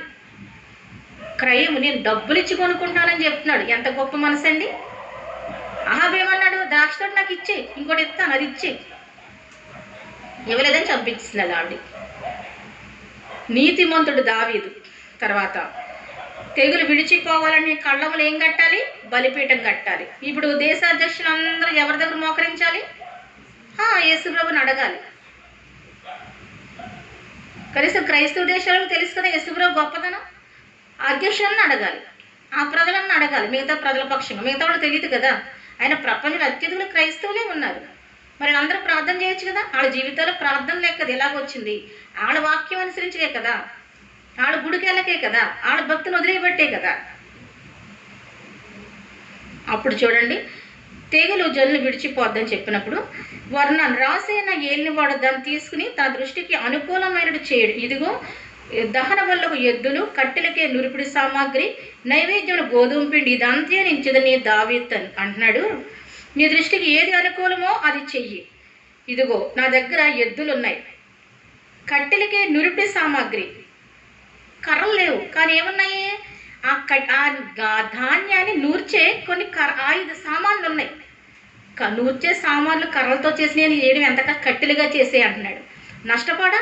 కొన్ని వేల రూపాయలు ఖరీదు ఉంటాయి వస్తువులు. ఎద్దులు కొన్ని వేల రూపాయలు ఉంటాయి. ఆ కళ్ళలో ఉన్నాయని ఇచ్చేస్తాడు. ఇచ్చే మనసు ఉంది వర్ణానికి. గుర్తుపెట్టు, అన్యుడైనా అతను దేవుని నమ్ముకున్నట్టున్నాడు, లేకపోతే ఇంత మాటలు రావు. నేను నురుపుడి సామాన్ అంతా ఇచ్చేస్తాను, కర్రలుగా ఉపయోగించుకో, కట్టెలుగా ఉపయోగించుకో అని చెప్తున్నాడు. ఎద్దులు ఇచ్చేస్తానని చెప్తున్నాడు. దేవునికి ఇవ్వడానికి మనసద్ద, కోడి పెట్టి ఇవ్వడానికి మనసు రాదు. దేవునికి ఇచ్చే మనసు వర్ణాలు కలిగి ఉన్నాడు. ఎంత స్థలం ఇచ్చాడు తెలుసా? మోరియా పర్వతం అంతా అతందే, మోరియా కొండ అంతా అతందే. చాలా చవకగా ఇచ్చేసాడు దేవుని కోసం. అసలైన త్యాగం వర్ణం చేశాడు అక్కడ, స్థలం ఇవ్వడం. ఆ ప్రాంతానికి అతను రాజు. ఎప్పటి నుంచో అతను పూర్వీకుల ప్రాంతాన్ని పరిపాలన చేస్తున్నారు. ఇజ్రాయేల్కి రాజ్యం వచ్చింది ఎప్పుడు? యెహోషువ కాలంలో భూమిని ఏం చేశారు? పంపిణీ చేశారు కదా. కాబట్టి ప్రభు చెప్తున్నాడు ఏంటంటే, రాజైన దావీదు అట్లు కాదు, నేను నీ సొత్తును ఊరక తీసుకుని యెహోవాకు దహన బలి అర్పించును, న్యాయమైన క్రయధనం ఇచ్చి దాన్ని తీసుకుందని వర్ణంతో చెప్పి ప్రభు చెప్తున్నాడు. నువ్వు న్యాయమైన క్రయధనం ఇవ్వాలి. అది దేనికైనా సరే ఏమి ఇవ్వాలి? న్యాయమైన క్రయధనం. అన్యాయంగా తీసుకోక ఏది కూడా. ఈ రోజులు అన్యాయం ఎక్కువైపోయింది, న్యాయం తక్కువైపోయింది. న్యాయం 0 స్థానానికి వెళ్ళిపోతుంది, అన్యాయం 100% వర్ధిల్లుతుంది. ఎక్కడ అన్యాయం జరగట్లేదు చెప్పండి? ప్రజలకి కృత్రిమ కరువులు కల్పిస్తారు. ఇంకానే మనకు ఆంధ్రప్రదేశ్లో కూరగాయలు అన్నీ బాగా దొరుకుతున్నాయి, చవకగా దొరుకుతున్నాయి. మొన్న వెళ్తే ఎవరికన్నా పంచుదామని వెళ్తే కేజీ 10 రూపాయలు చెప్పాడు. పచ్చిమిర్చేనా, ఉల్లిపాయలు అంతేనా? అంతే ఉన్నాయి. 10, 13, 12. ఆశ్చర్యపోయి ఇప్పుడు 70 ఉంటాయి, 40 ఉంటాయి, 30 ఉంటాయి. న్యాయమైన రేట్లకు దొరుకుతున్నాయి. ధన్యత అనుకోవాలి అంతే. నువ్వు న్యాయమైన రేటు ఇచ్చి తీసుకోవాలి, క్రయధనం ఇచ్చి. ఆ భూమికి 600 తులముల బంగారం అతను ఇచ్చిన. అతను ఇచ్చిన ఈ భూమికి తక్కువ రేటే, అంటే న్యాయంగా ఎంత ఉంటుందో గవర్నమెంట్ రేటు ప్రకారం అంతే ఇచ్చారు. యాక్చువల్గా భూమి చాలా రేటు ఉంటుంది, కానీ న్యాయంగా ఎంత ఇవ్వని అంత తీసుకున్నాడు. పిమ్మట దావీదు యెహోవాకు ఒక బలిపీఠమును కట్టించి దహన బలును సమాధాన బలును అర్పించి యెహోవాకు మొర్ర పెట్టగా, అది బలిపీఠం కట్టించాడు గబగబా. దహన బలి పాపము నిమిత్తం అర్పించేదాన్ని దహన బలి అంటారు. సమాధాన బలి అంటే స్తుతి ఆరాధన, దాని సమాధాన బలి. దేవునితో సమాధానం, స్తుతి ఆరాధన. స్తుతి చేయాలి, ఆరాధన చేయాలి మనం. ఎందుకు? శుక్రవారం ప్రార్థన, శనివారం ప్రార్థన, ఆదివారం ప్రార్థన, లక్షవారం 3 గంటలు లేపేస్తాడు దేవుడు నన్ను. 3 గంటలకు బయట కూర్చుని మా చెల్లె నేను ఇద్దరం వర్షిప్ చేస్తాం, పరిశుద్ధాత్ముడు. అది సమాధాన బలి. దాన్ని ఏమంటారు? వర్షిప్ని నువ్వు సమాధాన బలి అర్పించాలి. స్తుతి యాగం. దహన బలి పాపాలు ఒప్పుకోవాలి. అప్పుడు దేవునికి మొర్ర పెట్టాడు. ఇప్పుడు మొర్ర పెట్టు, ఓ చేస్తావు ప్రార్థన 10 ఏళ్ళ నుంచి. అసలు ఎండ దేవుడు ఆయన ఆకాశం నుండి దహన బలిపీఠం మీదకి అగ్ని వలన అతనికి ప్రత్యుత్తరం ఇచ్చాను. ఎంత చక్కని మాట ఉందండి. వెంటనే ఆకాశం నుంచి అగ్ని వచ్చేసి దహించేసింది అవన్నీ కూడా. చూడండి, ఆకాశంలో నుంచి ఆ దహన బలిపీఠం అగ్ని వలన, అగ్నిలో నుంచి మాట్లాడుతున్నాడంట దేవుడు. అందుకే అగ్ని దేవుడు అంటారు. అగ్ని దేవుడు కాదు, అగ్నిలో నుంచి మాటలు వినబడ్డాయి. అగ్ని మాలిన్యం ఏమి ఉంచుకోదు కాబట్టి నేను పరిశుద్ధుడని చెప్పడం సాదృశ్యంగా అగ్నిని అక్కడ దేవుడు ఏం చేశాడు? ఉంచాడు. అగ్నిలో నుంచి మాటలు వినబడుతున్నాయంట, ప్రత్యుత్తరం ఇచ్చాడంట. ఆకాశంలో నుండి దహన బలిపీఠం మీదకి అగ్ని వలన ప్రత్యుత్తరం ఇచ్చాడు. నువ్వు ఎప్పుడైనా మాటలు విన్నావా? దేవుడు దర్శనం చూపిస్తాడంటే నమ్మరు, దేవుడు మాట్లాడాడంటే నమ్మరు, దేవుడు ఏమైనా చెప్తాడంటే నమ్మరు. మరి ఏం నమ్ముతారు అసలు? స్వస్థత నమ్మరు. అంటే స్వస్థలు ఎదురకుండా చేయాలంట. అంటే ఆకాశం యేసుప్రభు అలా దిగిపోయి ముందు చేస్తే నమ్ముతారా? మూర్ఖులు. యెహోవా దూతకు ఆజ్ఞాపింపగా అతడు తన కత్తిని మరలా వరలో వేశాడు. అది కత్తి ఎప్పుడు వరలో పడుతుంది? ఈ పనులన్నీ చేసే కత్తి వరలో పడుతుంది. అంతవరకు కత్తి అలా పట్టుకుని దూత. ఈయన బలిపీఠం కట్టక తెలిసిన నాశనం అయిపోదు. ఆ తెగులు కంటిన్యూ అయిపోను. 3 రోజులు తెగులు అన్నాడు, కానీ సాయంకాలం 12 గంటల లోపలనే ఆయన వాత్సల్యత చూపించేశాడు. అది తెలుసు దావీదుకి. నీకు తెలుసా దేవుడు నేను ప్రేమిస్తున్నాడని, దేవుడు వాత్సల్యత కలవాడని, దేవుడు అనురాగం కలవాడని, దేవుడు నాశనం చేసేవాడు కాదని, క్షమించమంటే క్షమించడం అర్థమవుతుందా వాక్యం? ఎంత చక్కగా ఉంది వాక్యం అండి. నీ కుట్టు మీద వచ్చిన కత్తి వరలో వేయబడింది. నీ కుట్టు మీదకి వచ్చిన శాపం ఇంకా వరలోకి వేసేసుకున్నాడు దేవుడు. అంతే తీసేసాడు, తొలగించాడు శాపాలు. నువ్వు వాక్యం వింటుండగా శాపాలు పోతాయి, అది గుర్తుపెట్టుకో. నువ్వు వాక్యం వింటుండగా ఒకసారి చేపలు అమ్ముకునేవాడు వచ్చింది. వాక్యం చెప్పాను 40 నిమిషాలు రాయి గురించి. నాకు తెలియదు ఆవిడ కిడ్లో రాయి ఉందని. ఎంత పెద్ద కుంకుడు గింజ లాంటి రాయి ఇంటికి వెళ్ళగానే 10 నిమిషాల్లో పడిపోయిందంట. ఇటు వెళ్తారు అడగండి, ఆవిడ పేరు కృప, కామేశ్వరి, 2 పేర్లు ఉన్నాయి. పిలిచి కృప అని పిలవండి, కామేశ్వరిని పిలవండి. వీధిలో చేపలం తిరుగుతుంది. డయానా పాస్టర్ గారు ప్రార్థన చేస్తాగా దేవుడు నీకు రాయి బయటకు పంపాడో లేదని అడగండి, చెప్తుంది సాక్ష్యం. వాక్యం ఆశీర్వాదం. వాక్యం వెళ్ళిపోతే ఆశీర్వాదం ఎక్కడ వస్తుంది? వాక్యం వెళ్ళకపోతే నీకు మీద ఉన్న శాపాలు ఎలా పోతాయి? చూడండి, కత్తి వరలో వేసుకుంది. ఎబ్రిసిన వర్ణాల కళ్ళ ముందు యెహోవా తనకు ప్రత్యుత్తరం ఇచ్చి నీ దావీదు తెలుసు నీ అచ్చడనే బలి అర్పించాడు. మళ్ళీ బలి అంతా ఇక్కడ అర్పించాడు. మోషే అరణ్యమందు చేయించిన యెహోవా నివాస గుడారమును దహన బలిపీఠమును ఆ కాలం ముందు గిబియోను ఉన్నత స్థలం మందు ఉండేను. దావీదు యెహోవా దూత పట్టుకున్న కత్తికి భయపడినవాడే దేవునిది విచారించుడుగా ఆ స్థలమునకు వెళ్ళలేకుండెను.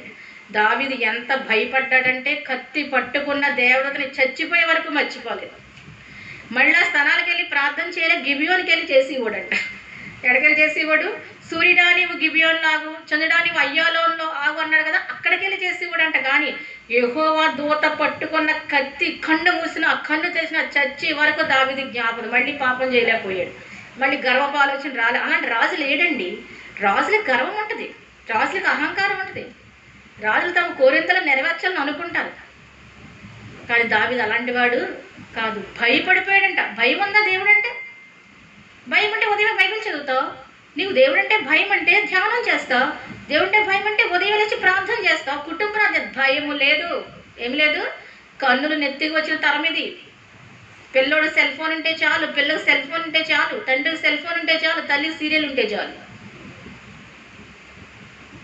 ఆ దూత పట్టుకుంటే కత్తి కూర్చునే గుర్తొస్తుంది, నుంచునే గుర్తొస్తుంది, చచ్చి వరకు గుర్తొచ్చింది. నీకేమైనా గుర్తుందా వాక్యం?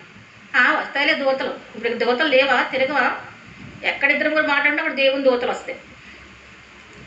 22వ వచనం మనం అధ్యాయం చూస్తే, మరియు దేవుడైన యెహోవా నివాసస్థలము ఇదే అని ఇశ్రాయేలు అర్పించి దహన బలులకు పీఠము ఇదే అని దావీదు సెలవిచ్చును. ఒక మాట చెప్పాడు. ఏమని చెప్పాడు తెలుసా? దేవుడైన యెహోవా నివాసస్థలము ఇదే అని ఇప్పుడు అర్థమైంది. దావీదు జీవిత కాలంలో మందిరం ఎక్కడ కట్టాలి అన్న ప్రశ్నకి సమాధానం దొరికింది. సైతాన్ ఏదో చేద్దాం అనుకుంది, కానీ మందిర ప్రతిష్ఠ చేసేసింది. దానికి తెలియకుండా దావీదు ఏం చేయించింది? మందిర ప్రతిష్ఠ. అందుకని నీతిమంతుడు 7 మాటలు పడినా తిరిగి లేస్తాడంటే అది ఏదో చేద్దాం అనుకుంది. కానీ మందిరానికి స్థలము ఎక్కడ తీయడానికి ఒక జీవితకాలం పట్టింది. ఎవరికి? దావీదుకి. అప్పుడు చెప్పాడు, యెహోవా నివాస స్థలము ఇదే, ఇశ్రాయేలు అర్పించు దహన బలులకు పీఠము ఇదే. బలి ఎక్కడ అర్పించాలి? ఈ పీఠము దగ్గరే. సమాధాన బలి ఎక్కడ అర్పించాలి? ఈ పీఠము దగ్గరే. ఇంపైన సువాసన ఎక్కడ అర్పించాలి? ఈ పీఠము దగ్గరే. మందిరాలు ఎలా పడతాలో కట్టేస్తారు, ఎక్కడ పడతారో కట్టేస్తారు. నీ చెప్పాడు ఆ స్థలంలో కట్టమని. కట్టిన మందిరాలు ముక్కలు చేసేవాళ్ళు, కట్టిన సంఘాన్ని ఎత్తుకుపోయేవాళ్ళు. ఇక్కడ దొంగలేడు, అబద్ధ బోధకులు. సంఘంలో సైలెంట్గా వస్తారు, సంఘంలో కొంత గొర్రెలు ఎత్తుకుపోతారు, శాపగ్రస్తుడు అయిపోతావు. వాళ్ళకాడ వస్తే పర్లేదు, కానీ కట్టిన సంఘాన్ని ముక్కలు చేసావా నువ్వు శాపగ్రస్తుడివే. ఎవరో కట్టిన మందిరంలో నువ్వు యాజకత్వం చేయడం కాదు. నీ మందిరం నువ్వు కట్టుకోవాలి, నీ సంఘాన్ని నువ్వు కట్టుకోవాలి. ఇప్పుడు అలా కాదు, రెడీమేడ్ సంఘం కావాలి, రెడీమేడ్ చర్చి కావాలి. అందులో దేవుడు ఎందుకు ఉంటాడు? ఇష్టానుసారం బలిబిడలు కట్టుకుంటూ వెళ్ళి ఇష్టానుసారం మందిలో కట్టుకుంటూ వెళ్ళిపోయి సంఘాలు ముక్కలు చేత కూర్చుని ఎవరో కట్టిన సంఘాన్ని నువ్వు ఆశపడి ఎవరో కట్టిన మందిరంలో నువ్వు దూరితే అందులో దేవుడు ఉంటాడా? నివాసస్థలం ఏదో గుర్తించుకో. ఇప్పుడు కానీ దావీదు తెలియదు నివాసస్థలం ఏదో. ఎక్కడ మందిరం కట్టాలనేది బోధకులు దేవుణ్ణి అడిగి కట్టి అభివృద్ధి పొందలేదు. దేవుని అడగకుండా కట్టిన ఏం పొందలేదు? సైతాన్ వచ్చి కూర్చుంటాడు. మీకు తెలుసా మందిరంలో సైతాన్ ఉంటాడు. ఆ వాక్యం తర్వాత చెప్తాను. కాబట్టి ఈరోజు లేఖనం అంతా చెప్పేదంటే తెగులు ఆగేను. ఎక్కడ ఆగిపోయింది? యెరూషలేములో తెగులు ఆగేను. దేశమంతా తెగులు వచ్చింది, కానీ యెరూషలేము ఏమైపోయింది? ఆగిపోయింది. ఇది గొప్ప వార్త. ఎందుకంటే ఇశ్రాయేల్ అందరూ చచ్చిపోయారంట. చాలా ప్రదేశాల్లో యెరూషలేములో చచ్చిపోలేదంట. ఆ మహిమ ఉందంట, దేవుని ప్రభావం ఉందంట, దేవుని శక్తి ఉందంట, దేవుని కృప ఉందంట. ఒక్క శవం కూడా లేదంట, ఒక్కడ కూడా చనిపోదంట. యెరూషలేముకి 1 కిలోమీటర్, యెరూషలేముకి పక్కనే 1 అడుగు దూరంలో చనిపోయారు అందరూ. 1 మీటర్ దూరంలో చనిపోయారు చుట్టుపక్కల. యెరూషలేముకి వచ్చేటికి దేవుడికి ఏమొచ్చింది? ఎందుకు? అర్పణ జ్ఞాపకం చేసుకున్నాడు. మోరియా కొండ మీద అబ్రహాం ఇచ్చిన అర్పణ దేవుడు జ్ఞాపకం చేసుకున్నాడు. సొలొమోను అక్కడే కట్టించాడు. ఎన్ని వందల ఏళ్ళు అయిపోయిందండి అబ్రహాంకి సొలొమోనుకి. నువ్వు ఇచ్చిన అర్పణ దేవుడు జ్ఞాపకం చేసుకుంటాడు. ఆయన సంగతి అది ఎప్పుడూ ఉంటుంది. మన అర్పణ మీద ముసుగు వేయబడాలి. నేను వారానికి 3 సార్లు చేస్తాను. ఆ అడుక్కునే వాళ్ళు 200 మంది ఉన్నారు, కానీ ఈ ఫోటోలు వేయడం మానేసాను. ఎప్పుడైనా 1, 2 అంతే, కానీ వేయట్లేదు. ఎందుకు? నా అర్పణ ఎవరు చూడాలి? దేవుడు చూడాలి. అది రహస్యమైన అర్పణ. నేను అర్పించే అస్తమాన సోషల్ మీడియాలో పోస్ట్ చేసుకుని కూర్చుంటే ప్రజలు చూస్తారు, దేవుడు చూడు. దేవుడు అసహించుకుంటాడు. అందుకే నేను పోస్ట్ చేయడం మానేస్తాను. చేస్తాం తెలియదు కాబట్టి ఏదో 1, 2 ఎప్పుడైనా. కాబట్టి ప్రభు చెప్తాడంటే ఇస్సాకు అనే అర్పణ దేవుడు జ్ఞాపకం చేసుకొని సొలొమోను దేవాలయం అక్కడే కట్టించాడు.